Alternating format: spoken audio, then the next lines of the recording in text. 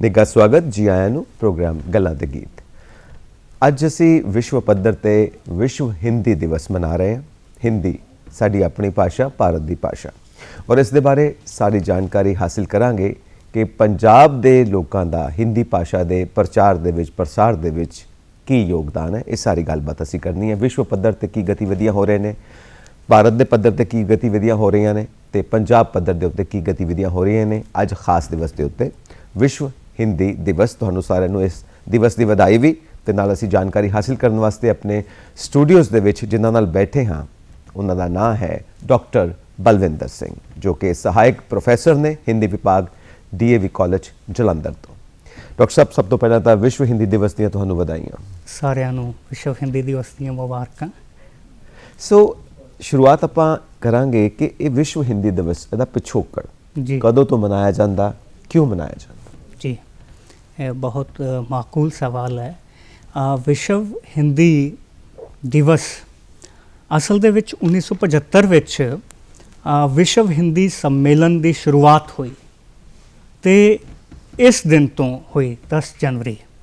ਉਸ ਤੋਂ ਬਾਅਦ ਅਸੀਂ 2006 ਦੇ ਵਿੱਚ ਜਦੋਂ ਸੰਮੇਲਨ ਮਨਾ ਰਹੇ ਸੀ ਤੇ ਸਾਡੇ ਤਤਕਾਲੀਨ ਪ੍ਰਧਾਨ ਮੰਤਰੀ ਜੀ ਨੇ ਕਿਹਾ ਕਿ ਅਸੀਂ ਇਸ ਦਿਨ ਨੂੰ ਵਿਸ਼ਵ ਹਿੰਦੀ ਦਿਵਸ ਦੇ ਰੂਪ ਵਿੱਚ ਪੂਰੀ ਦੁਨੀਆ ਦੇ ਵਿੱਚ ਮਨਾਵਾਂਗੇ ਤੇ ਉਦੋਂ ਤੋਂ ਸ਼ੁਰੂਆਤ ਹੋਈ ਤੇ ਹੌਲੀ ਹੌਲੀ ਅਸੀਂ 2023 ਤੱਕ ਪਹੁੰਚ ਗਏ। ਜੀ ਸਨ 2023 ਤੱਕ ਪਹੁੰਚ ਗਏ ਔਰ ਹਰ ਸਾਲ ਕਿਸੇ ਨਾ ਕਿਸੇ ਟੀਚੇ ਨੂੰ ਲੈ ਕੇ, ਮੰਤਵ ਨੂੰ ਲੈ ਕੇ ਅਸੀਂ ਇਹ ਦਿਨ ਮਨਾਉਂਦੇ ਹਾਂ। ਜੀ, ਇਸ ਵਾਰ ਸਾਡੀ ਕੀ ਵਿਚਾਰਧਾਰਾ ਹੈ ਇਸ ਸਾਲ ਦੇ ਲਈ? ਅਸੀਂ ਕਿਸ ਚੀਜ਼ ਨੂੰ ਮੁੱਖ ਰੱਖ ਕੇ ਇਹ ਦਿਵਸ? ਇਸ ਵਿਸ਼ਵ ਹਿੰਦੀ ਸੰਮੇਲਨ ਦਾ ਇੱਕ ਥੀਮ ਹੈ, ਉਹ ਆਦਰਸ਼ ਵਾਕ ਇਹ ਹੈ ਕਿ ਅਸੀਂ ਆਪਣੀਆਂ ਭਾਸ਼ਾਵਾਂ ਦਾ ਸਨਮਾਨ ਕਰਦੇ ਹੋਏ ਹਿੰਦੀ ਦੀ ਸਰਵ ਸਵੀਕ੍ਰਿਤੀ ਬਣਾਈਏ। ਇਹ ਇਸ ਦਾ ਥੀਮ ਹੈ। ਸੋ ਇਹ ਜੋ ਥੀਮ ਰੱਖਦੇ ਹਾਂ ਅਸੀਂ, ਜੋ ਕਿ ਸਥਿਤੀ ਦੇ ਮੁਤਾਬਿਕ, ਜੀ ਉਸ ਦੇ ਬਾਰੇ ਸਾਰੀ ਗੱਲਬਾਤ ਕਰਨੀ ਹੈ ਕਿ ਇਹ ਥੀਮ ਕਿਉਂ ਰੱਖਿਆ ਗਿਆ। ਕਿਉਂਕਿ ਜਿਹੜੇ ਸਾਰੇ ਮਾਹਿਰ ਨੇ ਉਹ ਕੁਝ ਨਾ ਕੁਝ ਮਹਿਸੂਸ ਕਰਦੇ ਨੇ, ਕੋਈ ਘਾਟ ਮਹਿਸੂਸ ਕਰਦੇ ਨੇ ਸਮਾਜ ਦੇ ਵਿੱਚ, ਉਹ ਘਾਟ ਦੂਰ ਕਰਨੀ ਹੈ, ਉਸ ਨੂੰ ਸਾਹਮਣੇ ਰੱਖ ਕੇ ਥੀਮ ਰੱਖਿਆ ਜਾਂਦਾ ਹੈ। ਸੋ ਅੱਜ ਅਸੀਂ ਉਸ ਬਾਰੇ ਸਾਰੀ ਗੱਲਬਾਤ ਕਰਾਂਗੇ। ਕੋਈ ਵੀ ਭਾਸ਼ਾ ਤਾਂ ਹੀ ਉਹ ਪ੍ਰਫੁੱਲਤ ਹੁੰਦੀ, ਤਾਂ ਹੀ ਅੱਗੇ ਵੱਧਦੀ ਜਦੋਂ ਉਹਦੇ ਵਿੱਚ ਸਾਹਿਤ ਦੀ ਰਚਨਾ ਕੀਤੀ ਜਾਂਦੀ ਔਰ ਲੋਕਾਂ ਦੇ ਜੀਵਨ ਤੋਂ ਕਹਾਣੀਆਂ ਲੈ ਕੇ, ਘਟਨਾਵਾਂ ਲੈ ਕੇ, ਸਾਰਾ ਜੀਵਨ ਸ਼ੈਲੀ ਲੈ ਕੇ ਉਹ ਸਾਹਿਤ ਦੇ ਵਿੱਚ ਦਰਜ ਕੀਤੀ ਜਾਂਦੀ ਹੈ। ਸੋ ਆਪਾਂ ਉਸ ਸੰਦਰਭ ਦੇ ਵਿੱਚ ਗੱਲ ਕਰਾਂਗੇ। ਵਿਸ਼ਵ ਹਿੰਦੀ ਦਿਵਸ ਹੈ, ਪੂਰੇ ਵਿਸ਼ਵ ਦੇ ਵਿੱਚ ਕਿੱਥੇ ਖੜਾ ਹੈ ਹਿੰਦੀ ਸਾਹਿਤ, ਕੀ ਸਥਿਤੀ ਹੈ, ਕਿੱਦਾਂ ਰਚਨਾਵਾਂ ਹੋ ਰਹੀਆਂ ਨੇ? ਸੰਜੀਵ ਜੀ, ਭਾਸ਼ਾ ਆਪਣੇ ਆਪ ਦੇ ਵਿੱਚ ਸ਼ਬਦਾਂ ਦਾ, ਵਾਕਾਂ ਦਾ ਕੋਈ ਕਲਸਟਰ, ਕੋਈ ਸਮੁੱਚਾ ਨਹੀਂ ਹੁੰਦਾ। ਉਹ ਆਪਣੇ ਆਪ ਦੇ ਵਿੱਚ ਇੱਕ ਭਰੀ ਪੂਰੀ ਸੰਸਕ੍ਰਿਤੀ ਹੁੰਦੀ ਹੈ। ਇਸ ਕਰਕੇ ਜੇ ਅਸੀਂ ਹਿੰਦੀ ਦੀ ਗੱਲ ਕਰਦੇ ਹਾਂ ਤੇ ਹਿੰਦੀ ਦੀ ਵਿਆਪਕ ਸੰਸਕ੍ਰਿਤੀ ਹੈ, ਜਿਹੜੀ ਸਾਮਾਸਿਕ ਸੰਸਕ੍ਰਿਤੀ ਕਹਿੰਦੇ ਹਾਂ ਅਸੀਂ ਇਹਨੂੰ, ਕਿ ਹਿੰਦੀ ਪੱਟੀ ਦੇ ਨਾਲ ਨਾਲ ਦੂਜੀ ਸੰਸਕ੍ਰਿਤੀਆਂ ਵਾਲੇ ਸੂਬੇ, ਦੂਜੀ ਸੰਸਕ੍ਰਿਤੀਆਂ ਵਾਲੇ ਮੁਲਕ ਵੀ ਇਸ ਦੇ ਵਿੱਚ ਸਮਾਹਿਤ ਹੋ ਜਾਂਦੇ ਨੇ। ਇਸ ਰੂਪ ਵਿੱਚ ਇਹ ਵਿਆਪਕ ਪਰਿਪੇਖ ਜਿਹੜਾ ਹੈ ਉਸ ਦਾ ਨਿਰਮਾਣ ਕਰਦੀ ਹੈ। ਤੇ ਜੇ ਅਸੀਂ ਗੱਲ ਕਰੀਏ ਕਿ ਅੱਜ ਸਾਹਿਤ ਕਿੱਥੇ ਖੜਾ ਹੈ, ਅੱਜ ਸਾਹਿਤ ਪਿੰਡ ਤੋਂ ਲੈ ਕੇ ਅੰਤਰਰਾਸ਼ਟਰੀ ਪੱਧਰ ਤੱਕ ਪਹੁੰਚ ਗਿਆ ਹੈ। ਇਹ ਸਾਹਿਤ ਦਾ ਪਹੁੰਚਣਾ ਅਸਲ ਦੇ ਵਿੱਚ ਸੰਵੇਦਨਾ ਦੀ ਵਿਆਪਕਤਾ ਹੈ, ਸੰਵੇਦਨਾ ਦਾ ਵਿਕਾਸ ਹੈ। ਮਨੁੱਖੀ ਸੰਵੇਦਨਾ ਦਾ ਵਿਕਾਸ ਇੱਕ ਖੇਤੀਬਾੜੀ ਵਾਲੇ ਪਿੰਡ ਤੋਂ ਲੈ ਕੇ ਸ਼ਹਿਰਾਂ, ਮਹਾਨਗਰਾਂ ਤੱਕ ਪਹੁੰਚਿਆ ਹੈ ਅਤੇ ਇੱਥੇ ਤੱਕ ਕਿ ਉਹ ਸੰਯੁਕਤ ਰਾਸ਼ਟਰ ਸੰਘ ਦੇ ਵਿੱਚ ਵੀ ਆਪਣੀ ਜਗ੍ਹਾ ਬਣਾ ਰਿਹਾ ਹੈ। ਇਹ ਬੜੀ ਸ਼ਲਾਘਾ ਦੀ ਗੱਲ ਹੈ। ਜੀ, ਇਹ ਹੈ ਅੰਤਰਰਾਸ਼ਟਰੀ ਪੱਧਰ। ਤੇ ਰਾਸ਼ਟਰੀ ਪੱਧਰ ਦੀ ਵੀ ਤੁਸੀਂ ਗੱਲ ਕਰ ਰਹੇ ਹੋ ਕਿ ਪਿੰਡਾਂ ਤੋਂ ਉੱਠ ਕੇ ਪੂਰੇ ਭਾਰਤ ਦੇ ਵਿੱਚ ਫੈਲਣਾ ਤੇ ਫਿਰ ਭਾਰਤ ਤੋਂ ਉੱਠ ਕੇ ਅੰਤਰਰਾਸ਼ਟਰੀ ਪੱਧਰ ਦੇ ਉੱਤੇ ਜਾਣਾ, ਤੁਸੀਂ ਯੂਨਾਈਟਿਡ ਨੇਸ਼ਨਸ ਤੱਕ ਪਹੁੰਚ ਗਏ। ਸੋ ਅਸੀਂ ਪੰਜਾਬ ਦੀ ਹੁਣ ਗੱਲ ਕਰੀਏ, ਕਿਉਂਕਿ ਪਿੰਡਾਂ ਦਾ ਪੰਜਾਬ, ਬਲਕਿ ਸਾਰਾ ਭਾਰਤ ਹੀ ਪਿੰਡਾਂ ਦਾ, ਤਾਂ ਆਪਾਂ ਪੰਜਾਬ ਦੇ ਵਿੱਚ ਬੈਠੇ ਹਾਂ ਤੇ ਪੰਜਾਬ ਦੀ ਗੱਲ ਕਰਦੇ ਹਾਂ। ਪੰਜਾਬ ਦੇ ਪਿੰਡਾਂ ਤੋਂ ਕਿਵੇਂ ਉੱਠਿਆ ਹੈ ਹਿੰਦੀ ਸਾਹਿਤ? ਦੇਖੋ, ਅਸੀਂ ਪੰਜਾਬ ਦੀ ਜਿਸ ਪਾਵਨ ਭੂਮੀ ਤੇ ਵਿਰਾਜਮਾਨ ਆ, ਇਸ ਧਰਤੀ ਉੱਤੇ ਕਿਹਾ ਜਾਂਦਾ ਕਦੇ ਰਿਗਵੇਦ ਦੀਆਂ ਰਿਚਾਵਾਂ ਗੂੰਜੀਆਂ ਸੀ ਤੇ ਰਿਗਵੇਦ ਲਗਭਗ ਈਸਵੀ ਤੋਂ 1500 ਵਰੇ ਪਹਿਲਾਂ ਦੀ ਗੱਲਾਂ ਨੇ। ਤੇ ਉਸ ਰਿਗਵੇਦ ਜਿਸ ਦੀ ਲਿਪੀ ਦੇਵਨਾਗਰੀ ਹੈ, ਤੇ ਅੱਜ ਜਿਹੜੀ ਹਿੰਦੀ ਅਸੀਂ ਬੋਲਦੇ ਹਾਂ ਲਿਖਦੇ ਹਾਂ ਉਹਦੀ ਲਿਪੀ ਵੀ ਦੇਵਨਾਗਰੀ ਹੈ।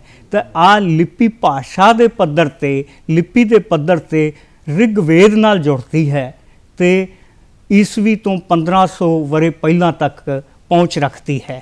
ਫਿਰ ਅਸੀਂ ਦੇਖਦੇ ਹਾਂ ਹਿੰਦੀ ਸਾਹਿਤ ਦੇ ਪਰਿਪੇਖ ਦੇ ਵਿੱਚ ਜਿਹੜਾ ਸਾਡਾ ਆਦਿ ਕਾਲ ਹੈ, ਜਿਸ ਨੂੰ ਅਸੀਂ ਵੀਰ ਗਾਥਾ ਕਾਲ ਦੇ ਨਾਂ ਨਾਲ ਵੀ ਜਾਣਦੇ ਹਾਂ, ਤੇ 11ਵੀਂ ਸ਼ਤਾਬਦੀ ਦੇ ਆਸ-ਪਾਸ ਦਾ ਕਾਲ, ਉਸ ਵੇਲੇ ਜਿਹੜਾ ਪ੍ਰਿਥਵੀ ਰਾਜ ਰਾਸੋ ਲਿਖਣ ਵਾਲਾ ਚੰਦ ਬਰਦਾਈ ਹੈ, ਉਹ ਸਾਡੇ ਪੰਜਾਬ ਦੇ ਲਾਹੌਰ ਦੇ ਨਾਲ ਵਾਬਸਤਾ ਹੈ।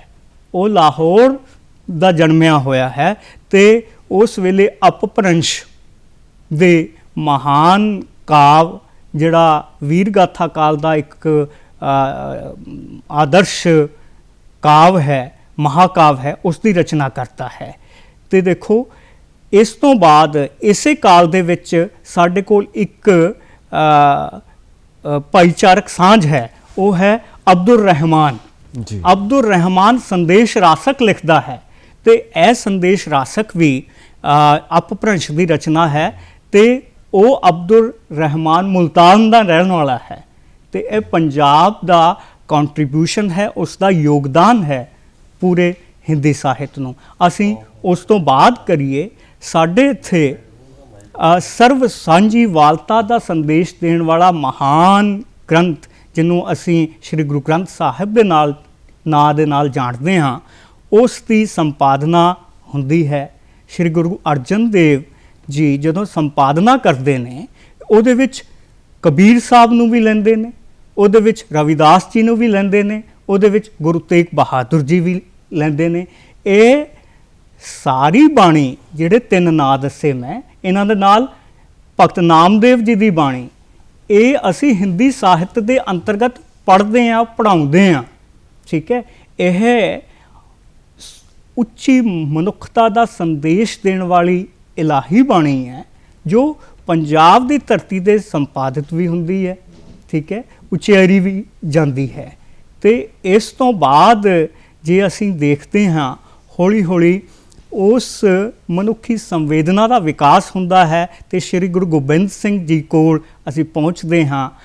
ਸ਼੍ਰੀ ਗੁਰੂ ਗੋਬਿੰਦ ਸਿੰਘ, ਅਸੀਂ ਉਹਨਾਂ ਦੇ ਉਸ ਸ਼ਬਦ ਦਾ ਗਾਇਨ ਕਰਦੇ ਹਾਂ, ਸੁਣਦੇ ਹਾਂ, ਦੇਹ ਸਿਵਾ ਬਰ ਮੋਹ ਇਹ ਸ਼ੁਭ ਕਰਮਨ ਤੇ ਕਬਹੂ ਨਾ ਟਰੋ। ਇਹ ਬ੍ਰਜ ਭਾਸ਼ਾ ਹਿੰਦੀ ਦਾ ਸ਼ਬਦ ਹੈ ਤੇ ਪੂਰੇ ਲੋਕ ਬੜੇ ਸਵੈਮਾਨ ਦੇ ਨਾਲ ਇਸ ਦਾ ਗਾਇਨ ਕਰਦੇ ਨੇ, ਸ਼ਰਵਣ ਕਰਦੇ ਨੇ। ਇਹ ਸ਼੍ਰੀ ਗੁਰੂ ਗੋਬਿੰਦ ਸਿੰਘ ਦੇ ਵਿਦਿਆ ਦਰਬਾਰ ਦੀ ਸ਼ਲਾਘਾ ਕਰਨੀ ਚਾਹੀਦੀ ਹੈ ਕਿ ਉੱਥੇ ਅਪਭ੍ਰੰਸ਼ ਵੀ ਹੈ, ਉੱਥੇ ਅਵਧੀ ਵੀ ਹੈ, ਉੱਥੇ ਬ੍ਰਜ ਭਾਸ਼ਾ ਵੀ ਹੈ, ਉੱਥੇ ਸੰਸਕ੍ਰਿਤ ਵੀ ਹੈ। ਮਤਲਬ ਉਹਨਾਂ ਨੇ ਉਪਨਿਸ਼ਦਾਂ ਦਾ ਵੀ ਗੁਰਮੁਖੀ ਦੇ ਵਿੱਚ ਅਨੁਵਾਦ ਕਰਵਾਇਆ ਹੈ, ਤਾਂ ਕਿ ਸਾਡੀ ਜਨਤਾ, ਸਾਡੇ ਲੋਕ ਵੱਧ ਤੋਂ ਵੱਧ ਆਪਣੀ ਸੰਸਕ੍ਰਿਤੀ ਤੋਂ ਜਾਣੂ ਹੋ ਸਕਣ। ਤੇ ਅਸੀਂ ਹੋਰ ਉਹਨਾਂ ਤੋਂ ਬਾਅਦ ਦੇਖਦੇ ਪੰਡਿਤ ਸ਼ਰਧਾ ਰਾਮ ਫਿਲੌਰੀ, ਜਿਹੜੇ ਫਿਲੌਰ ਦੇ ਨਾਲ ਸੰਬੰਧ ਰੱਖਦੇ ਨੇ, ਉਹਨਾਂ ਨੇ ਪੰਜਾਬੀ ਬਾਤਚੀਤ, ਜਿਹੜੀ ਪੰਜਾਬੀ ਗਲਪ ਦਾ ਸ਼ੁਰੂਆਤੀ ਨਮੂਨਾ ਹੈ, ਉਹਨਾਂ ਕੋਲ ਹੈ। ਫਿਰ ਓਮ ਜਯਾ ਜਗਦੀਸ਼ ਹਰੇ ਆਰਤੀ, ਜਿਹਨੂੰ ਪੂਰਾ ਵਿਸ਼ਵ ਗਾਉਂਦਾ ਹੈ, ਉਹ ਉਹਨਾਂ ਦੀ ਦੇਣ ਹੈ ਜੀ। ਇਸ ਰੂਪ ਵਿੱਚ ਪੰਜਾਬ ਦਾ ਹਿੰਦੀ ਸਾਹਿਤ ਦੇ ਵਿਕਾਸ ਦੇ ਵਿੱਚ, ਮਨੁੱਖੀ ਸੰਵੇਦਨਾ ਦੇ ਵਿਕਾਸ ਦੇ ਵਿੱਚ ਬਹੁਤ ਵੱਡਾ ਯੋਗਦਾਨ ਹੈ, ਜਿਸ ਦੀ ਜਿੰਨੀ ਸ਼ਲਾਘਾ ਕੀਤੀ ਜਾਵੇ ਉਨੀ ਘੱਟ ਹੈ। ਬਿਲਕੁਲ ਜੀ, ਕਿਉਂਕਿ ਜੋ ਤੁਸੀਂ ਦਸ਼ਮੇਸ਼ ਪਿਤਾ ਦਾ ਜ਼ਿਕਰ ਕਰਦੇ ਹੋ, ਉਹਨਾਂ ਸਮਿਆਂ ਦੇ ਵਿੱਚ ਜਿੰਨੇ ਵੀ ਮਹੱਤਵਪੂਰਨ ਗ੍ਰੰਥ ਲਿਖੇ ਗਏ ਨੇ, ਉਹਦੇ ਵਿੱਚ ਬ੍ਰਜ ਭਾਸ਼ਾ ਦਾ ਇਸਤੇਮਾਲ ਹੋਇਆ ਹੈ, ਖਾਸ ਤੌਰ ਤੇ ਹੋਇਆ ਹੈ। ਜਦੋਂ ਆਪਾਂ ਮੌਜੂਦਾ ਦੌਰ ਦੇ ਵਿੱਚ ਆਉਂਦੇ ਹਾਂ ਜੀ, ਭੀਸ਼ਮ ਸਾਹਨੀ, ਇਹ ਵੀ ਤਾਂ ਪੰਜਾਬ ਤੋਂ ਹੀ ਨੇ। ਬਿਲਕੁਲ, ਇਹਨਾਂ ਦੌਰ ਦੇ ਸਾਰੇ ਰਚਨਾਕਾਰਾਂ ਦਾ ਜ਼ਿਕਰ ਕਿੱਦਾਂ ਕਰਾਂਗੇ? ਹਾਂ, ਇਹ ਬਹੁਤ ਚੰਗੀ ਗੱਲ ਤੁਸੀਂ ਕੀਤੀ ਔਰ ਉਹ ਜ਼ੇਰ ਜ਼ਿਕਰ ਹੋਣਾ ਚਾਹੀਦਾ ਹੈ। ਅਸੀਂ ਵੇਖਦੇ ਹਾਂ ਆਧੁਨਿਕ ਕਾਲ ਦੇ ਵਿੱਚ ਤੇ ਸਾਡੇ ਕੋਲ ਵੱਡੇ ਨਾਂ ਨੇ। ਮੋਹਨ ਰਾਕੇਸ਼, ਜਿਹਨੂੰ ਹਿੰਦੀ ਨਾਟਕ ਦਾ ਮਸੀਹਾ ਕਿਹਾ ਜਾਂਦਾ ਹੈ, ਬਿਲਕੁਲ। ਉਹ ਅੰਮ੍ਰਿਤਸਰ ਦੀ ਜੰਮਪਲ ਹੈ। ਉਹ ਜਲੰਧਰ ਦੇ DAV ਕਾਲਜ ਦੇ ਵਿੱਚ ਅਧਿਆਪਨ ਕਰਦੇ ਰਹੇ ਨੇ। ਜਲੰਧਰ ਦੇ ਵਿੱਚ ਉਹ ਆਪਣੀ ਸੰਸਕ੍ਰਿਤੀ ਕਰਮਾਂ ਨੂੰ ਫਰੋਗ ਦਿੰਦੇ ਰਹੇ ਨੇ, ਕਹਾਣੀਆਂ ਰਚਦੇ ਰਹੇ ਨੇ, ਨਾਟਕ ਰਚਦੇ ਰਹੇ ਨੇ।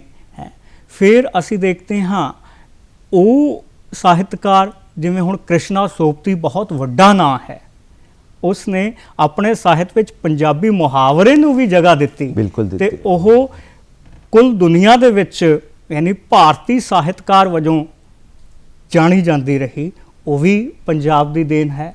ਫਿਰ ਅਸੀਂ ਭੀਸ਼ਮ ਸਾਹਨੀ ਨੂੰ ਲੈਂਦੇ ਹਾਂ। ਸੁਦਰਸ਼ਨ ਫਾਕਿਰ। ਆਪਾਂ ਸੁਦਰਸ਼ਨ ਫਾਕਿਰ ਜੀ ਉਰਦੂ ਅਦਬ ਦੇ ਨਾਲ ਚੰਗਾ ਵਾਬਸਤਾ ਨੇ।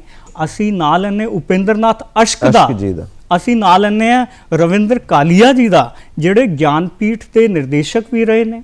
ਠੀਕ ਹੈ ਜੀ।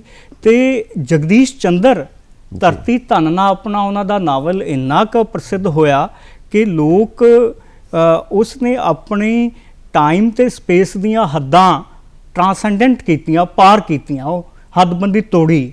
ਤੇ ਉਹ ਜਿੱਥੇ ਪੜ੍ਹਿਆ ਜਾਂਦਾ ਹੈ ਉਹ ਸੰਵੇਦਨਾ ਦਾ ਆਤਮਸਾਤੀਕਰਨ ਹੁੰਦਾ ਹੈ। ਤੇ ਇਸ ਰੂਪ ਵਿੱਚ ਅਸੀਂ ਬਹੁਤ ਵਸੀ ਪੱਧਰ ਤੇ ਪਹੁੰਚੇ ਹਾਂ। ਇੱਕ ਨੌਰਾ ਰਿਚਰਡ ਦੇ ਜੋ ਸ਼ਿਸ਼ਯ ਨੇ, ਈਸ਼ਵਰ ਚੰਦਰ ਨੰਦਾ, ਆਈਸੀ ਨੰਦਾ, ਜਿਹੜੇ ਈਸ਼ਵਰ ਚੰਦਰ ਨੰਦਾ ਜੀ, ਉਹਨਾਂ ਦਾ ਨਾਟਕ ਦੇ ਵਿੱਚ ਬਹੁਤ ਵੱਡਾ ਯੋਗਦਾਨ ਹੈ। ਤੇ ਇਹਦੇ ਨਾਲ ਨਾਲ ਬਿਲਕੁਲ ਅਜੋਕੇ ਸਮੇਂ ਵਿੱਚ ਜੋ ਬਾਲੀਵੁੱਡ ਦੇ ਵਿੱਚ ਗੀਤਕਾਰ ਇਰਸ਼ਾਦ ਕਾਮਿਲ ਨੇ, ਉਹ ਵੀ ਆਪਣੇ ਮਾਲੇਰਕੋਟਲਾ ਦੀ ਧਰਤੀ ਦੇ ਨੇ, ਪੰਜਾਬ ਦੀ ਧਰਤੀ ਦੇ ਨੇ। ਰਾਜਿੰਦਰ ਸਿੰਘ ਬੇਦੀ।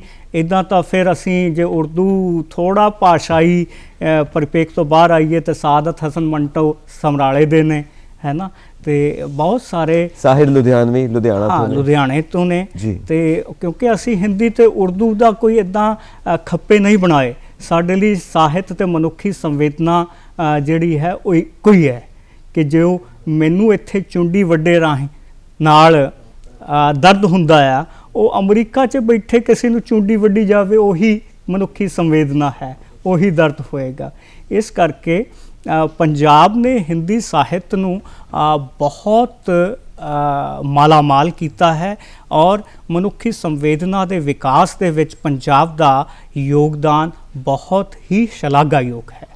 ਇੱਕ ਇੱਥੇ ਸਵਾਲ ਬਣਦਾ ਕਿ ਹਿੰਦੀ ਸਾਹਿਤ ਦੇ ਉੱਤੇ ਵਿਦੇਸ਼ੀ ਸਾਹਿਤ ਦਾ ਪ੍ਰਭਾਵ ਤੇ ਵਿਦੇਸ਼ੀ ਸਾਹਿਤ ਦੇ ਉੱਤੇ ਹਿੰਦੀ ਸਾਹਿਤ ਦਾ ਪ੍ਰਭਾਵ, ਕਿਉਂਕਿ ਉਹ ਵੀ ਤਾਂ ਸਾਡਾ ਯੋਗਦਾਨ ਹੈ ਜੋ ਪੰਜਾਬ ਦੇ ਪਰਿਪੇਖ ਤੋਂ ਅਸੀਂ ਦੇਖਣਾ। ਹਾਂ, ਦੇਖੋ, ਹਿੰਦੀ ਸਾਹਿਤ ਉੱਤੇ ਵਿਦੇਸ਼ੀ ਸਾਹਿਤ ਦਾ ਪ੍ਰਭਾਵ ਜਿਹੜਾ ਹੈ ਉਹ ਪਹਿਲਾ ਪ੍ਰਭਾਵ ਤਾਂ ਵਿਧਾਗਤ ਹੈ। ਖਾਸ ਕਰ ਸਾਡੇ ਕੋਲ ਨਾਵਲ ਵਰਗੀ ਵਿਧਾ, ਉਪਨਿਆਸ ਜਿਹਨੂੰ ਅਸੀਂ ਕਹਿੰਦੇ ਹਾਂ ਜੀ, ਉਹ ਵਿਧਾ ਉੱਦਾਂ ਨਹੀਂ ਸੀ। ਸਾਡੇ ਕੋਲ ਕਾਦੰਬਰੀ ਸੀ, ਜਿਹੜਾ ਬੰਗਾਲੀ ਸਾਹਿਤ ਵਿੱਚੋਂ ਅਸੀਂ ਦੇਖੀਏ ਕਾਦੰਬਰੀ ਸੀ। ਤੇ ਅਸੀਂ ਵਿਧਾਗਤ ਪ੍ਰਭਾਵ ਲੈਂਦੇ ਹੋਏ ਜਿਹਨੂੰ ਆਚਾਰਿਆ ਰਾਮਚੰਦਰ ਸ਼ੁਕਲ ਵੀ ਅੰਗਰੇਜ਼ੀ ਢੰਗ ਕਾ ਨਾਵਲ ਕਹਿੰਦਾ ਹੈ ਨਾ, ਤੇ ਉਹ ਅਸੀਂ ਵਿਧਾਗਤ ਪ੍ਰਭਾਵ ਲਏ। ਫਿਰ ਸਾਡੇ ਕੋਲ ਪਹਿਲਾਂ ਸਿਰਫ ਕਾਵ ਸੀ, ਕਵਿਤਾ ਸੀ, ਅਸੀਂ ਆਖਿਆਨ ਕਰਦੇ ਸੀ, ਯਾਨੀ ਕਥਾ ਵੀ ਕਵਿਤਾ ਦੇ ਵਿੱਚ ਤੁਰਦੀ ਸੀ। ਸਾਡੇ ਪੁਰਾਣੇ ਮਹਾਕਾਵ ਇਹਦਾ ਪ੍ਰਮਾਣ ਨੇ। ਲੇਕਿਨ ਹੌਲੀ ਹੌਲੀ ਜਿਹੜੀਆਂ ਵਿਧਾਵਾਂ ਆਈਆਂ, ਜਿਵੇਂ ਯਾਤਰਾ ਬ੍ਰਿਤਾਂਤ ਹੋ ਗਏ, ਟਰੈਵਲੌਗਸ ਹੋ ਗਏ, ਰੋਮਾਂਸਿਸ ਹੋ ਗਏ, ਮੈਮਾਇਰਸ ਹੋ ਗਏ, ਯਾਨੀ ਸੰਸਮਰਣ ਹੋ ਗਿਆ, ਰੇਖਾ ਚਿੱਤਰ ਹੋ ਗਏ, ਨਾਟਕ ਤੁਸੀਂ ਕਿਹਾ ਨੌਰਾ ਰਿਚਰਡ ਦੀ ਪ੍ਰੇਰਣਾ ਸਦਕੇ, ਕਿੰਨਾ ਪਾਰਸੀ ਥੀਏਟਰ ਦੇ ਪ੍ਰਭਾਵ ਵਜੋਂ ਹੌਲੀ ਹੌਲੀ ਨਾਟਕ ਆਪਣੇ ਆਪ ਦੇ ਵਿੱਚ ਸੁਤੰਤਰ ਵਿਧਾ ਬਣੀ ਤੇ ਇਕਾਂਗੀ ਨਾਟਕ ਬਣੇ। ਤੇ ਇਸੇ ਤਰ੍ਹਾਂ ਹੋਰ ਕਈ ਨਿਬੰਧ ਹੈ, ਉਹ ਵੀ ਅਸੀਂ ਵਿਦੇਸ਼ ਤੋਂ ਲਿਆ। ਇਹ ਸਾਰੇ ਵਿਧਾਗਤ ਪ੍ਰਭਾਵ ਨਾਲ ਪ੍ਰਫੁੱਲਿਤ ਹੋਇਆ ਸਾਹਿਤ ਹੈ ਤੇ ਇਹਦੇ ਵਿੱਚ ਆਪਸਦਾਰੀ ਹੈ।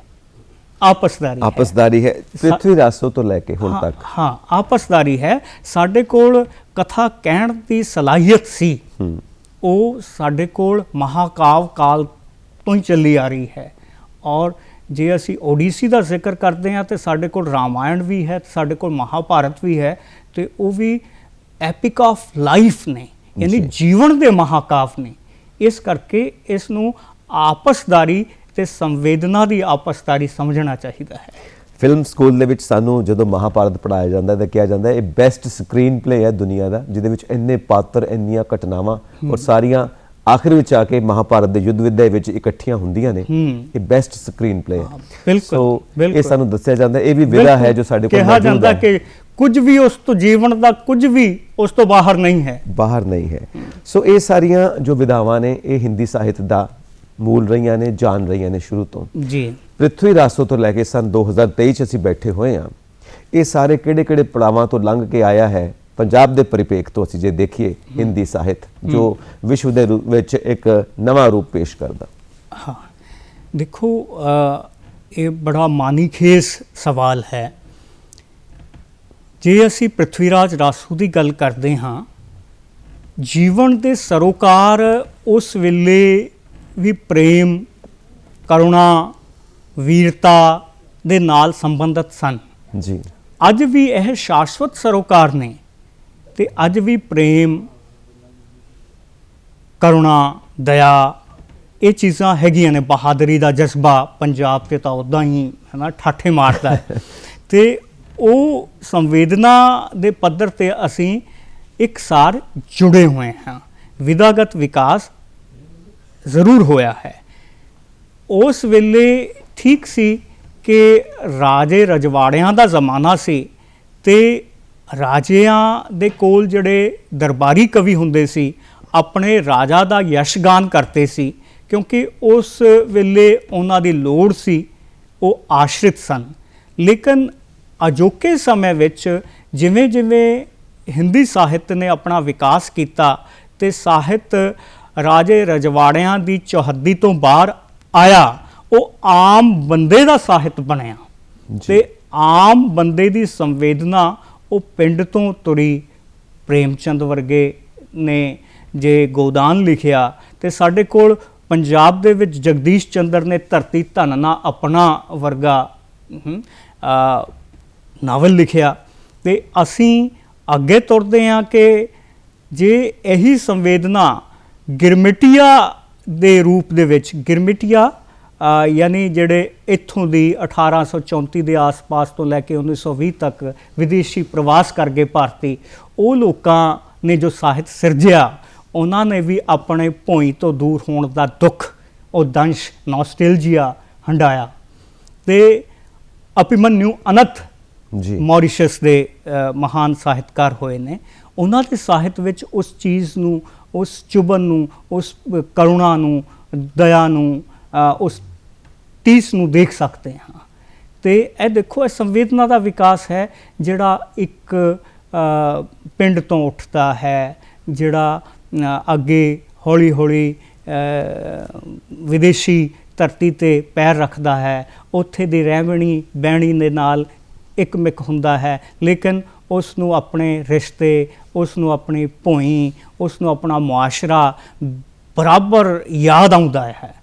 ਤੇ ਉਹੀ ਚੀਜ਼ਾਂ ਮਨੁੱਖੀ ਸਰੋਕਾਰ ਤਾਂ ਮਨੁੱਖੀ ਸਰੋਕਾਰ ਨੇ। ਤੇ ਕਹਿਣ ਦਾ ਮਤਲਬ ਕਿ ਰਾਜੇ ਰਜਵਾੜਿਆਂ ਤੋਂ ਉੱਠ ਕੇ ਜਦੋਂ ਆਮ ਆਦਮੀ ਤੱਕ ਸਾਹਿਤ ਪਹੁੰਚਿਆ ਤੇ ਉਸਨੇ ਆਮ ਆਦਮੀ ਦੇ ਸਰੋਕਾਰਾਂ ਨੂੰ ਜ਼ਬਾਨ ਦਿੱਤੀ, ਉਹਨਾਂ ਦੀ ਤਰਜਮਾਨੀ ਕੀਤੀ। ਜੀ, ਕਹਿੰਦੇ ਨੇ ਨਾ ਕਿ ਦੋ ਤਰ੍ਹਾਂ ਦੇ ਇਤਿਹਾਸ ਹੁੰਦੇ ਨੇ, ਇੱਕ ਰਾਜਨੀਤੀ ਲਿਖਦੀ ਹੈ ਤੇ ਇੱਕ ਸਾਹਿਤਕਾਰ ਲਿਖਦੇ ਨੇ।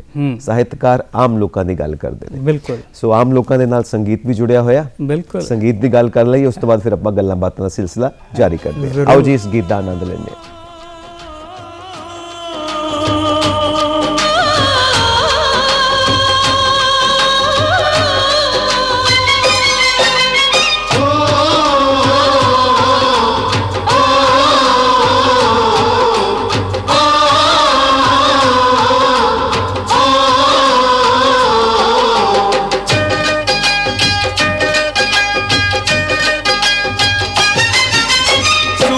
ਸਾਡੀ ਤਲੀ ਤੇ ਉੱਗੇ ਚਾਨਣ ਸਾਡੇ ਵੇੜੇ, ਸੂਰਜ ਸਾਡੀ ਤਲੀ ਤੇ ਉੱਗੇ ਚਾਨਣ ਸਾਡੇ ਵੇੜੇ। ਸਾਡੇ ਪਿਆਰ ਦੀ ਧਰਤੀ ਉੱਤੇ ਮੌਨ ਬਹਾਰਾਂ ਗੇੜੇ, ਸਾਡੇ ਪਿਆਰ ਦੀ ਧਰਤੀ ਉੱਤੇ ਮੌਨ ਬਹਾਰਾਂ ਗੇੜੇ।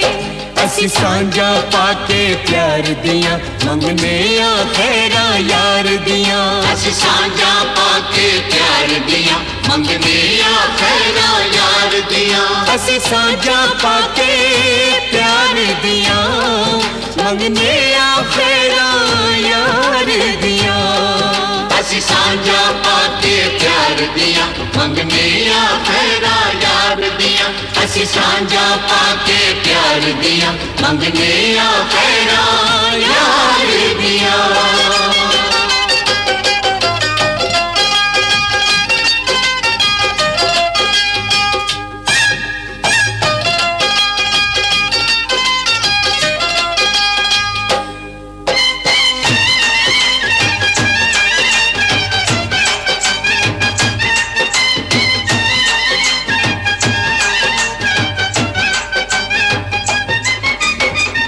कल की होया कल की बीती ए गल्लां भुल जाइए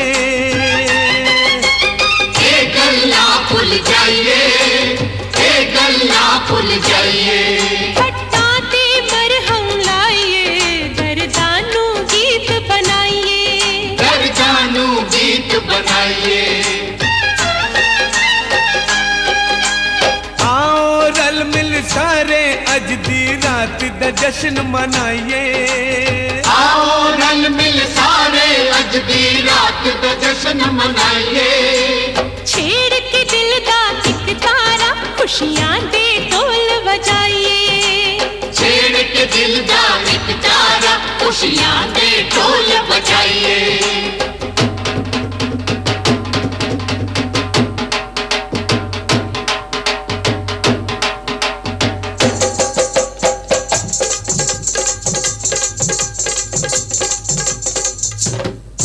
ਅਸੀਂ ਸਾਂਝਾ ਪਾ ਕੇ ਪਿਆਰ ਦੀਆਂ ਮੰਗਨੇ ਆ ਖੈਰਾਂ ਯਾਰ ਦੀਆਂ ਅਸੀਂ ਸਾਂਝਾ ਪਾ ਕੇ ਪਿਆਰ ਦੀਆਂ ਮੰਗਨੇ ਆ ਖੈਰਾਂ ਯਾਰ ਦੀਆਂ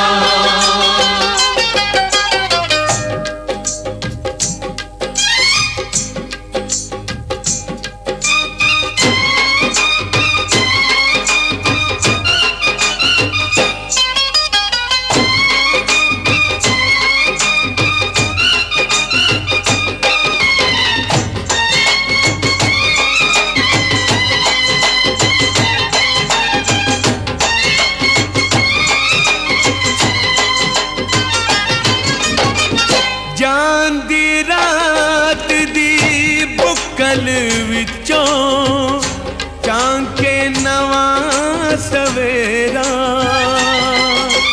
ਚਾਂਕੇ ਨਵਾਂ ਸਵੇਰਾ ਚਾਂਕੇ ਨਵਾਂ ਸਵੇਰਾ तेरा आके करेगा साडे दिल दा दूर हनेरा ਦਿਲ ਦਾ ਦੂਰ ਹਨੇਰਾ इक्को साडियां सोचां इक्को सुपना तेरा मेरा ਇੱਕੋ ਸਾਡੀਆਂ ਸੋਚਾਂ ਇੱਕੋ ਸੁਪਨਾ ਤੇਰਾ ਮੇਰਾ रवि सदाई हसदा वसदा साडे प्यार दा डेरा ਰਵੇ ਸਜਾਈ ਹੱਸਦਾ ਵਸਦਾ ਸਾਡੇ ਪਿਆਰ ਦਾ ਡੇਰਾ ਅਸੀਂ ਸਾਂਝਾ ਪਾ ਕੇ ਪਿਆਰ ਦੀਆਂ ਮੰਗਨੇ ਆ ਖੈਰਾਂ ਯਾਰ ਦੀਆਂ ਅਸੀਂ ਸਾਂਝਾ ਪਾ ਕੇ ਪਿਆਰ ਦੀਆਂ ਮੰਗਨੇ ਆ ਖੈਰਾਂ ਯਾਰ ਦੀਆਂ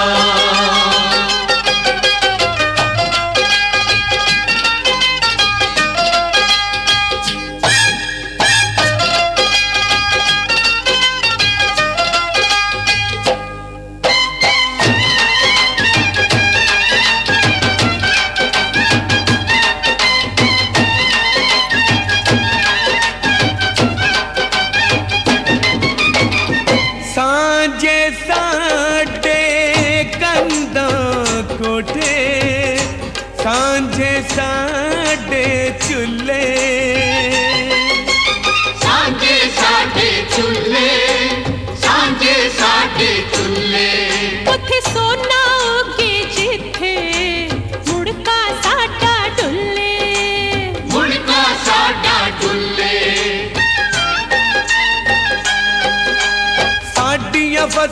ਦਾ ਮੂੰਹ ਚੁੰਮਨ ਆਉਂਦੇ ਵਾਦੇ ਭੁੱਲੇ ਸਾਡੀਆਂ ਫਸਲਾਂ ਦਾ ਮੂੰਹ ਚੁੰਮਣ ਆਉਂਦੇ ਵਾਦੇ ਭੁੱਲੇ ਦੁਨੀਆ ਭੁੱਲੇ ਪੁਰਖਾਂ ਦਾ ਇਤਿਹਾਸ ਨ ਸਾਨੂੰ ਭੁੱਲੇ ਦੁਨੀਆ ਭੁੱਲੇ ਪੁਰਖਾਂ ਦਾ ਇਤਿਹਾਸ ਨ ਸਾਨੂੰ ਭੁੱਲੇ ਅਸੀਂ ਸਾਂਝਾ ਪਾ ਕੇ ਪਿਆਰ ਦੀਆਂ ਮੰਗਨੇ ਆ ਖੈਰਾਂ ਯਾਰ ਦੀਆਂ ਅਸੀਂ ਸਾਂਝਾ ਪਾ ਕੇ ਪਿਆਰ ਦੀਆਂ ਮੰਗਦੇ ਆ ਖੈਰਾਂ ਯਾਰ ਅਸੀਂ ਮਨਾ ਰਹੇ ਹਾਂ ਵਿਸ਼ਵ ਹਿੰਦੀ ਦਿਵਸ। ਸਟੂਡੀਓਜ਼ ਦੇ ਵਿੱਚ ਸਾਡੇ ਨਾਲ ਮੌਜੂਦ ਨੇ ਡਾਕਟਰ ਬਲਵਿੰਦਰ ਸਿੰਘ, ਸਹਾਇਕ professor DAV college Jalandhar, Hindi ਵਿਭਾਗ ਤੋਂ ਨੇ। ਸੋ ਅੱਜ ਦੇ ਦੌਰ ਦੇ ਵਿੱਚ ਜਦੋਂ ਅਸੀਂ ਆਜ਼ਾਦੀ ਤੋਂ ਬਾਅਦ ਦੀ ਗੱਲ ਕਰੀਏ ਤਾਂ ਹਿੰਦੀ ਭਾਸ਼ਾ ਨੂੰ ਸਵੀਕਾਰ ਕੀਤਾ ਗਿਆ ਸੰਵਿਧਾਨ ਦੇ ਮੁਤਾਬਿਕ, ਉਸ ਦੇ ਬਾਰੇ ਸਾਡੇ ਦਰਸ਼ਕਾਂ ਨੂੰ ਜਾਣਕਾਰੀ ਦਿਓ। ਜੀ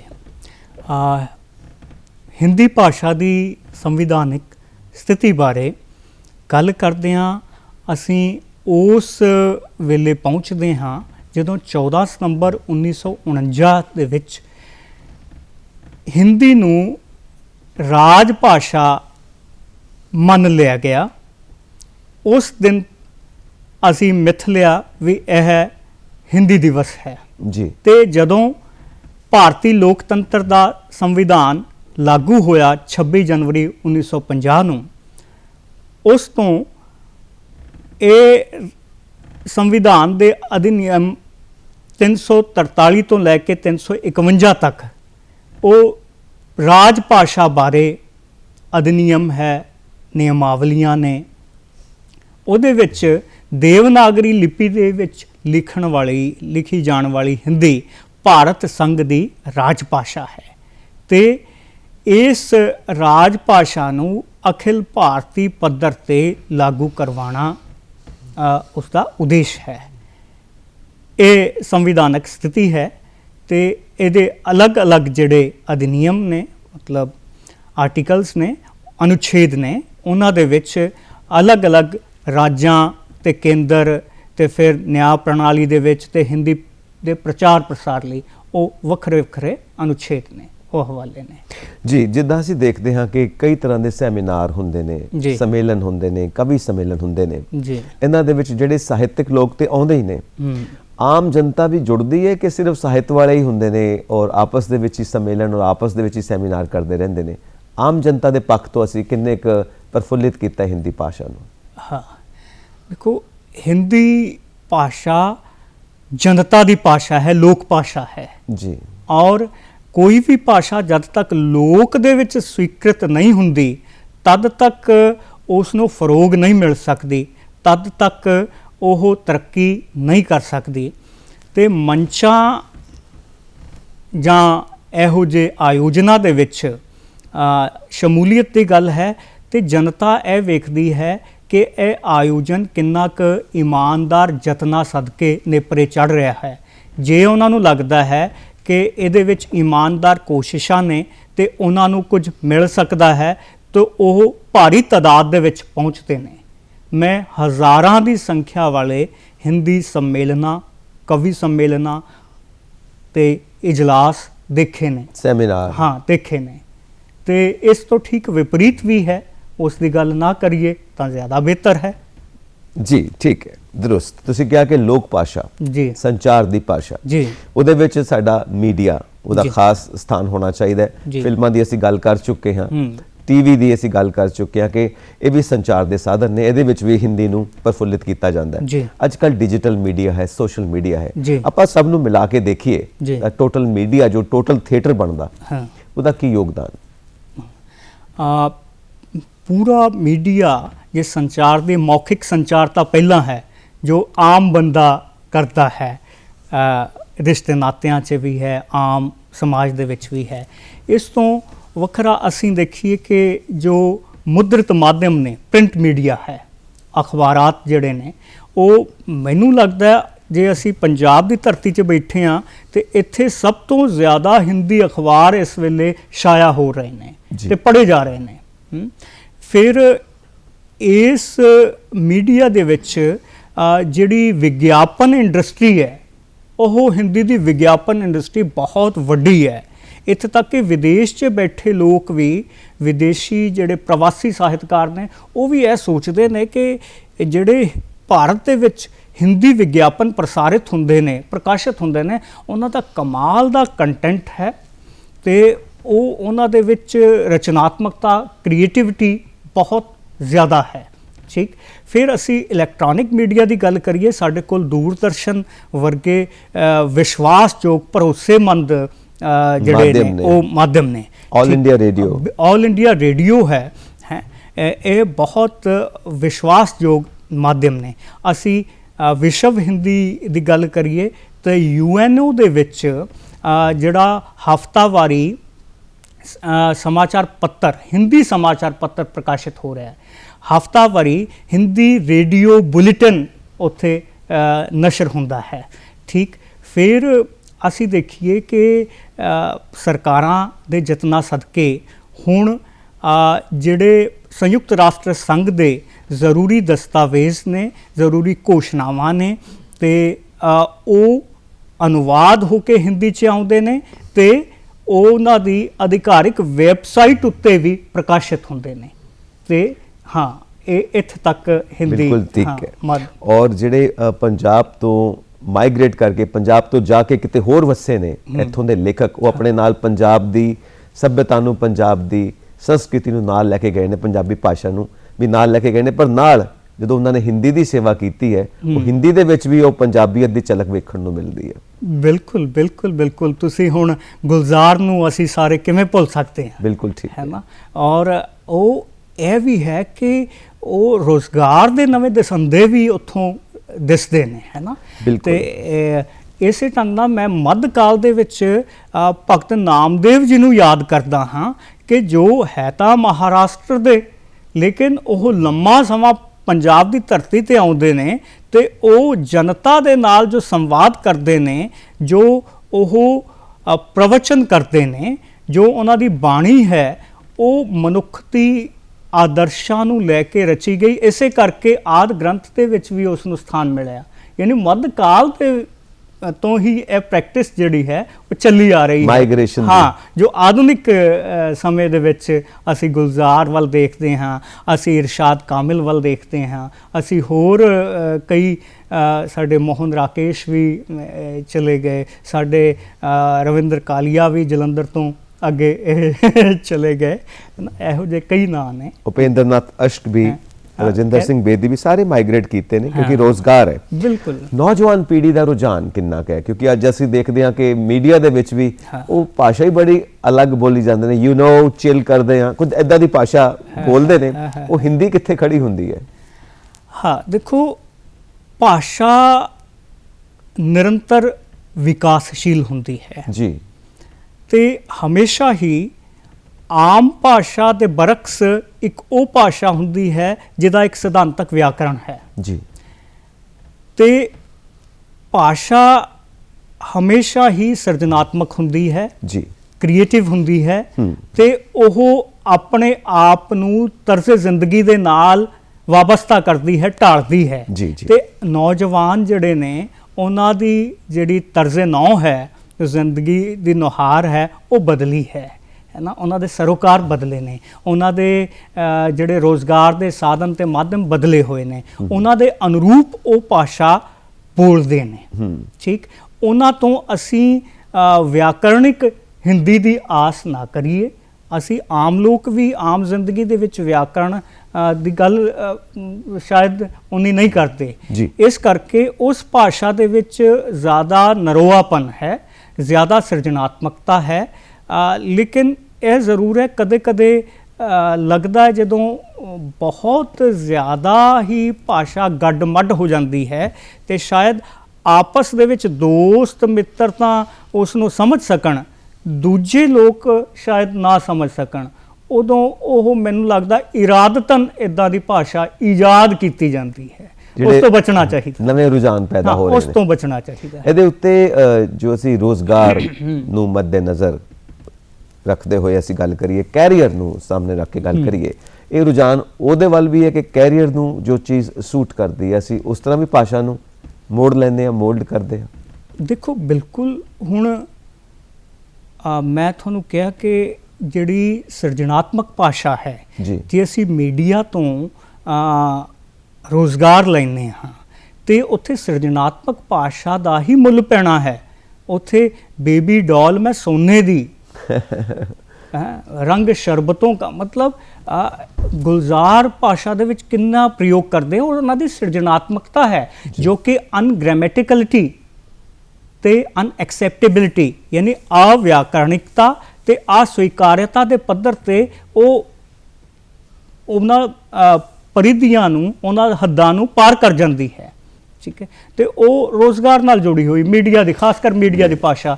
ਅਸੀਂ ਜਿੰਨੇ ਖਬਰੀਆ ਚੈਨਲ ਦੇਖਦੇ ਹਾਂ ਉਹ ਹਿੰਦੀ ਦਾ ਜਾਂ ਲੋਕ ਭਾਸ਼ਾ ਦਾ, ਮੈਂ ਦੇਖ ਰਿਹਾ ਕਿ ਉਹ ਹਿੰਦੀ ਦੇ ਚੈਨਲ ਲੋਕ ਭਾਸ਼ਾ ਦੇ ਸ਼ਬਦ ਲੈ ਕੇ ਆ ਰਹੇ ਨੇ, ਕਿਉਂਕਿ ਜਿਹੜੇ ਐਂਕਰਸ ਨੇ ਉਹ ਉਸ ਮੁਆਸ਼ਰੇ ਦੇ ਨਾਲ ਤਾਲੁਕ ਰੱਖੇ ਹੋਏ ਨੇ। ਬਿਲਕੁਲ ਜੀ, ਛਈ ਛੱਪਾ ਛਈ, ਛਪਾਕ ਛਈ, ਬਿਲਕੁਲ ਇਦਾਂ ਦੇ ਸ਼ਬਦਾਂ ਦਾ ਇਸਤੇਮਾਲ ਹੁੰਦਾ।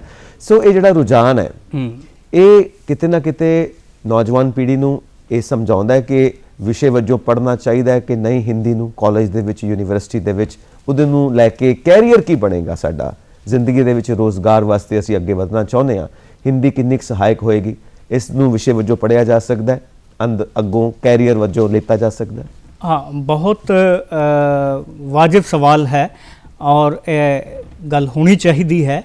अज हिंदी ਦਾ ਪ੍ਰਚਾਰ ਬਹੁਤ ਹੈ, ਉਸ ਦਾ ਵੱਡਾ ਪਰਿਪੇਖ ਹੈ। ਉਸਨੇ ਹਿੰਦੀ ਦਾ ਬਾਜ਼ਾਰ ਹੈ ਤੇ ਬਾਜ਼ਾਰ ਦੀ ਵੀ ਹਿੰਦੀ ਹੈ, ਤੇ ਅਸੀਂ ਹਿੰਦੀ ਦੇ ਬਾਜ਼ਾਰ ਦੀ ਗੱਲ ਕਰੀਏ ਉਹਦੇ ਵਿੱਚ ਪਰੰਪਰਾਗਤ ਜਿਹੜੇ ਰੋਜ਼ਗਾਰ ਦੇ ਸਾਧਨ ਨੇ, ਅਧਿਆਪਨ ਹੈ ਜਾਂ ਰਾਜ ਭਾਸ਼ਾ ਹੈ, ਉਹਦੇ ਵਿੱਚ ਅਨੁਵਾਦਕ ਨੇ, ਉਹਦੇ ਵਿੱਚ ਹਿੰਦੀ ਸਹਾਇਕ ਨੇ, ਉਹਦੇ ਵਿੱਚ ਰਾਜ ਭਾਸ਼ਾ ਅਧਿਕਾਰੀ ਹੈ। ਇਹੀ ਨਹੀਂ ਰਿਹਾ। ਅੱਜ ਪ੍ਰਿੰਟ ਮੀਡੀਆ ਦੇ ਵਿੱਚ, ਅਖਬਾਰਾਂ ਦੇ ਵਿੱਚ ਵੀ ਜੋ ਚੀਜ਼ਾਂ ਸੀ, ਉਸ ਤੋਂ ਅੱਗੇ ਇਲੈਕਟ੍ਰੋਨਿਕ ਮੀਡੀਆ ਦੇ ਵਿੱਚ ਹੁਣ ਤੁਸੀਂ ਦੇਖੋ ਕਿ ਜਿਹੜਾ ਵਿਗਿਆਪਨ ਉਦਯੋਗ ਹੈ ਉਹ ਕਈ ਕਰੋੜਾਂ ਦਾ ਉਦਯੋਗ ਹੈ, ਉਹਦੇ ਵਿੱਚ ਬਹੁਤ ਸੰਭਾਵਨਾਵਾਂ ਨੇ ਔਰ ਕੰਟੈਂਟ ਰਾਈਟਰਸ ਦੀ ਲੋੜ ਹੈ। ਤੇ ਹਿੰਦੀ ਦੇ ਵਿਦਿਆਰਥੀਆਂ ਨੂੰ ਇੱਧਰ ਆਉਣਾ ਚਾਹੀਦਾ ਹੈ ਤੇ ਹਿੰਦੀ ਦੇ ਕਈ ਵਿਸ਼ਵਵਿਦਿਆਲਿਆਂ ਦੇ ਵਿੱਚ ਇਹ ਕੋਰਸ ਵੀ ਕਰਾਏ ਜਾ ਰਹੇ ਨੇ। ਟਰਾਂਸਲੇਸ਼ਨ, ਅਨੁਵਾਦ ਇਹੋ ਜਿਹਾ ਇੱਕ ਖੇਤਰ ਹੈ ਜਿਹਦੇ ਵਿੱਚ ਬਹੁਤ ਸਾਰੀਆਂ ਸੰਭਾਵਨਾਵਾਂ ਨੇ ਔਰ ਹਿੰਦੀ ਦੇ ਵਿਦਿਆਰਥੀਆਂ ਨੂੰ ਇਸ ਖੇਤਰ ਵਿੱਚ ਆਉਣਾ ਚਾਹੀਦਾ ਹੈ ਤੇ ਉਹਨਾਂ ਨੂੰ ਇੰਨੀ ਕੁ ਮਹਾਰਤ ਹਾਸਲ ਕਰਨੀ ਚਾਹੀਦੀ ਹੈ ਤਾਂ ਕਿ ਉਹ ਸਨਮਾਨਜਨਕ ਰੋਜ਼ਗਾਰ ਪ੍ਰਾਪਤ ਕਰ ਸਕਣ। ਤੁਸੀਂ ਐਨੀਮੇਸ਼ਨ ਫਿਲਮ ਮੇਕਿੰਗ ਦੇ ਵਿੱਚ ਦੇਖਦੇ ਹਾਂ ਕਿ ਐਨੀਮੇਸ਼ਨ ਬਣ ਤਾਂ ਰਿਹਾ, ਕਈ ਵਿਦੇਸ਼ੀ ਭਾਸ਼ਾਵਾਂ ਤੋਂ ਅੰਗਰੇਜ਼ੀ ਤੇ ਫਿਰ ਹਿੰਦੀ 'ਚ ਅਨੁਵਾਦ ਹੋ ਰਿਹਾ, ਉਹਦੇ ਵਿੱਚ ਅਨੁਵਾਦਕ ਹਿੰਦੀ ਵਾਲੇ ਨੇ, ਉਹਦੇ ਵਿੱਚ ਜੋ ਡਬਿੰਗ ਲਈ ਭਾਸ਼ਾ ਦੇਣਗੇ, ਆਵਾਜ਼ ਦੇਣਗੇ, ਉਹ ਵੀ ਤਾਂ ਹਿੰਦੀ ਤੋਂ ਜਾਣੂ ਹੋਣਗੇ। ਬਿਲਕੁਲ ਜੀ। ਫਿਰ ਦੇਖੋ ਨੈਸ਼ਨਲ ਜਿਓਗ੍ਰਾਫਿਕ ਹੈ, डिस्कवरी है, बहुत बड़े हिस्ट्री चैनल है, एपिक चैनल है, कितने बड़े चैनल, बहुत वधिया, दूरदर्शन है, दूरदर्शन है और बहुत संभावनावां ने अगों रोजगार ਨੂੰ ਲੈ ਕੇ ਬਹੁਤ ਸਾਰੀਆਂ ਸੰਭਾਵਨਾਵਾਂ, ਨਵੇਂ ਸ਼ਬਦ ਆਉਂਦੇ ਨੇ। ਕਹਿੰਦੇ ਨਾਂ ਕੀ ਰੱਖੇ, ਟਰਮ ਟੂ ਟ੍ਰਿਨ ਦੱਸੋ ਕਿਆ ਨਾਂ ਰੱਖੇ ਹੋਏ ਨੇ। ਸੋ ਯੂਨੀਵਰਸਿਟੀਆਂ ਦਾ ਯੋਗਦਾਨ, ਸੰਵਿਧਾਨਿਕ ਤੌਰ ਦੇ ਉੱਤੇ ਸਰਕਾਰੀ ਸੰਸਥਾਵਾਂ ਦਾ, ਗੈਰ ਸਰਕਾਰੀ ਸੰਸਥਾਵਾਂ ਦਾ ਯੋਗਦਾਨ, ਇਹ ਯੋਗਦਾਨ ਮਤਲਬ ਸਰਕਾਰਾਂ ਦਾ ਯੋਗਦਾਨ, ਤਾਂ ਕਿ ਪ੍ਰਫੁੱਲਿਤ ਕਰੀਏ, ਰੁਝਾਨ ਵਧੇ, ਸ਼ੌਕ ਪੈਦਾ ਹੋਵੇ ਸਾਡੇ ਵਿੱਚ ਹਿੰਦੀ ਲਈ। ਸਾਡੇ ਕੋਲ ਅਧਿਕਾਰਿਕ ਰੂਪ ਦੇ ਵਿੱਚ ਜੇ ਸਰਕਾਰ ਦੀ ਗੱਲ ਕਰੀਏ ਤੇ ਰਾਜ ਭਾਸ਼ਾ ਵਿਭਾਗ ਹੈ ਜੀ, ਠੀਕ ਹੈ, ਤੇ ਉਹ ਗ੍ਰਹਿ ਮੰਤਰਾਲਾ ਭਾਰਤ ਸਰਕਾਰ ਦੇ ਸਹਿਯੋਗ ਨਾਲ ਪੂਰੇ ਭਾਰਤ ਦੇ ਵਿੱਚ ਹਿੰਦੀ ਨੂੰ ਲਾਗੂ ਕਰਵਾ ਰਿਹਾ ਹੈ। ਉਹਦੇ ਲਈ ਅਸੀਂ ਦੇਖੀਏ ਕਿ ਕੇਂਦਰੀ ਅਨੁਵਾਦ ਬਿਊਰੋ ਹੈ, ਠੀਕ। ਫਿਰ ਅਸੀਂ ਦੇਖੀਏ ਕਿ ਕੇਂਦਰੀ ਹਿੰਦੀ ਨਿਦੇਸ਼ਾਲਾ ਹੈ ਜੋ ਕਈ ਤਰ੍ਹਾਂ ਦੇ ਪਾਠਕ੍ਰਮ ਬਣਾ ਰਿਹਾ ਹੈ ਤੇ ਕਈ ਤਰ੍ਹਾਂ ਦੀ ਉਹਨੇ 9.5 ਲੱਖ ਤਕਨੀਕੀ ਤੇ ਪ੍ਰਸ਼ਾਸਨਿਕ ਸ਼ਬਦਾਵਲੀ ਤਿਆਰ ਕਰਵਾਈ ਹੈ ਜੀ। 2000 ਵਾਕਾਂਸ਼ ਤੇ ਵਾਕ ਟਿੱਪਣੀ ਦੇ ਰੂਪ ਵਿੱਚ ਦਫ਼ਤਰੀ ਕੰਮਕਾਜ ਲਈ ਸਰਲ ਬਣਾਉਣ ਦੇ ਵਿੱਚ ਉਹਦਾ ਬਹੁਤ ਵੱਡਾ ਯੋਗਦਾਨ ਹੈ। 2000 ਵਾਕਾਂਸ਼ ਤੇ ਵਾਕ ਉਹਨਾਂ ਨੇ ਟਿੱਪਣੀ ਵਜੋਂ ਤਿਆਰ ਕਰਵਾਏ ਨੇ। ਫਿਰ ਅਸੀਂ ਦੇਖਦੇ ਹਾਂ ਕੇਂਦਰੀ ਹਿੰਦੀ ਸੰਸਥਾਨ ਹੈ। ਫਿਰ ਅਸੀਂ ਦਕਸ਼ਿਣ ਭਾਰਤ ਹਿੰਦੀ ਪ੍ਰਚਾਰ ਸਭਾ ਜੋ ਆਪਣੇ ਆਪ ਦੇ ਵਿੱਚ ਕੇਂਦਰੀ ਯੂਨੀਵਰਸਿਟੀ ਹੈ ਉਹ ਹੈ। ਫਿਰ ਮਹਾਤਮਾ ਗਾਂਧੀ ਅੰਤਰਰਾਸ਼ਟਰੀ ਹਿੰਦੀ ਯੂਨੀਵਰਸਿਟੀ ਵਰਧਾ ਹੈ। ਫਿਰ ਸਾਡੇ ਕੋਲ ਅਟਲ ਬਿਹਾਰੀ ਵਾਜਪੇਈ ਹਿੰਦੀ ਯੂਨੀਵਰਸਿਟੀ ਭੋਪਾਲ ਹੈ। ਇਸ ਤਰ੍ਹਾਂ ਸਾਡੇ ਕੋਲ ਔਰ ਕਈ ਸੂਬਿਆਂ ਦੀ ਆਪਣੀਆਂ ਹਿੰਦੀ ਅਕੈਡਮੀਆਂ ਨੇ। ਪੰਜਾਬ ਦੇ ਵਿੱਚ ਵੀ ਭਾਸ਼ਾ ਵਿਭਾਗ ਪੰਜਾਬ ਹੈ, ਜਿਹੜਾ ਪੰਜਾਬੀ ਉਰਦੂ ਦੇ ਨਾਲ ਨਾਲ ਹਿੰਦੀ ਭਾਸ਼ਾ ਦੇ ਸਾਹਿਤ ਤੇ ਸਮਾਜ ਸ਼ਾਸਤਰ ਯਾਨੀ ਉਸ ਦੀ ਪਾਠ ਸਾਮੱਗਰੀ ਵੀ ਤਿਆਰ ਕਰਾਉਣ ਦੇ ਵਿੱਚ ਸਹਾਈ ਹੁੰਦਾ ਹੈ। ਹਿੰਦੀ ਪੱਤਰਿਕਾ ਪੰਜਾਬ ਸੌਰਭ ਉੱਥੋਂ ਨਿਕਲ ਰਹੀ ਹੈ ਤੇ ਇਹ ਕਾਫੀ ਯੋਗਦਾਨ ਸਰਕਾਰੀ ਬਿਲਕੁਲ। ਪੱਧਰ ਤੇ ਹੋ ਰਿਹਾ ਹੈ। ਲਾਇਬ੍ਰੇਰੀਆਂ ਬਣੀਆਂ ਹੋਈਆਂ, ਹਾਂ। ਪੁਸਤਕ ਮੇਲੇ ਲੱਗਦੇ ਨੇ, ਬਿਲਕੁਲ। ਡਿਜੀਟਲ ਲਾਇਬ੍ਰੇਰੀਆਂ ਬਣੀਆਂ ਹੋਈਆਂ ਨੇ। ਬਿਲਕੁਲ ਬਿਲਕੁਲ ਇਹ ਵਰਕਸ਼ਾਪ ਜਿਹੜੀਆਂ ਨੇ, ਕਾਰਜਸ਼ਾਲਾਵਾਂ ਆਯੋਜਿਤ ਕੀਤੀਆਂ ਜਾਂਦੀਆਂ ਨੇ। ਪੁਸਤਕ ਮੇਲੇ ਜਿਹੜੇ ਹੈ NBT national book trust India ਜੀ। ਭਾਰਤੀ ਪੁਸਤਕ ਨਿਆਸ ਦੇ ਸਹਿਯੋਗ ਨਾਲ ਮੇਲੇ ਲੱਗ ਰਹੇ ਨੇ। ਫਿਰ ਕਈ ਜਿਹੜੇ ਲਿਟਰੇਚਰ ਫੈਸਟੀਵਲ ਸਾਹਿਤ ਉਤਸਵ ਮਨਾਏ ਜਾ ਰਹੇ ਨੇ ਤੇ ਇਹ ਵੱਡੀ ਗੱਲ ਹੈ ਕਿ ਉਹਦੇ ਵਿੱਚ ਇੱਕ ਆਮ ਨਾਗਰਿਕ ਵੀ ਆ ਰਿਹਾ ਹੈ, ਉਹਦੇ ਵਿੱਚ ਮੈਨੇਜਮੈਂਟ ਦੇ ਨਾਲ ਤਾਲੁਕ ਰੱਖਣ ਵਾਲਾ ਬੰਦਾ ਵੀ ਹੈ, ਉਹਦੇ ਵਿੱਚ ਉਹ ਲੋਕ ਵੀ ਨੇ, ਉਹ ਲੋਕ ਜਿਹੜੇ ਕਿ ਸਾਹਿਤ ਯਾਨੀ ਲਿਟਰੇਚਰ ਪੜ੍ਹ ਕੇ ਨਹੀਂ ਆਏ, ਉਹ ਵੱਖੋ ਵੱਖਰੇ ਗਿਆਨ ਅਨੁਸ਼ਾਸਨਾਂ ਤੋਂ ਨੇ, ਦੂਜੇ ਡਿਸਿਪਲਿਨਸ ਤੋਂ ਨੇ, ਲੇਕਿਨ ਹਿੰਦੀ ਦੇ ਵਿੱਚ ਰਚਨਾ ਕਰ ਰਹੇ ਨੇ। ਇਹ ਵੱਡੀ ਗੱਲ ਹੈ, ਹਿੰਦੀ ਦੀ ਨੁਹਾਰ ਬਦਲੀ ਹੈ, ਸ਼ੌਕ ਹੈ ਜੀ, ਔਰ ਇਹ ਸ਼ੌਕ ਪੈਦਾ ਹੋਣਾ ਜੀ। ਚਾਹੀਦਾ ਹੈ, ਉਹਨਾਂ ਦਾ ਸਵਾਗਤ ਵੀ ਹੋਣਾ ਚਾਹੀਦਾ ਹੈ। ਸਵਾਗਤ ਵੀ ਹੋਣਾ ਚਾਹੀਦਾ ਹੈ। ਔਰ ਤੁਹਾਡਾ ਸ਼ੁਕਰੀਆ ਵੀ ਅਸੀਂ ਅਦਾ ਕਰਦੇ ਹਾਂ ਕਿ ਤੁਸੀਂ ਵਿਸ਼ਵ ਹਿੰਦੀ ਦਿਵਸ ਦੇ ਉੱਤੇ ਸਾਡੇ ਦਰਸ਼ਕਾਂ ਨਾਲ ਇਸ ਵਿਸ਼ੇ ਦੇ ਉੱਤੇ ਗੱਲਬਾਤ ਕੀਤੀ। ਬਹੁਤ ਬਹੁਤ ਸ਼ੁਕਰੀਆ, ਸ਼ੁਭ ਇੱਛਾਵਾਂ। ਬਹੁਤ ਬਹੁਤ ਧੰਨਵਾਦ ਜੀ। ਹਰ ਕੋਈ ਜਾਣਦਾ ਏ ਮੇਲਾ ਮੇਲੀਆਂ ਦਾ, ਯਾਰਾਂ ਬੇਲੀਆਂ ਦਾ, ਰਾਂਝਾ ਭਾਈਆਂ ਨੂੰ ਛੱਡ ਫਕੀਰ ਬਣਿਆ।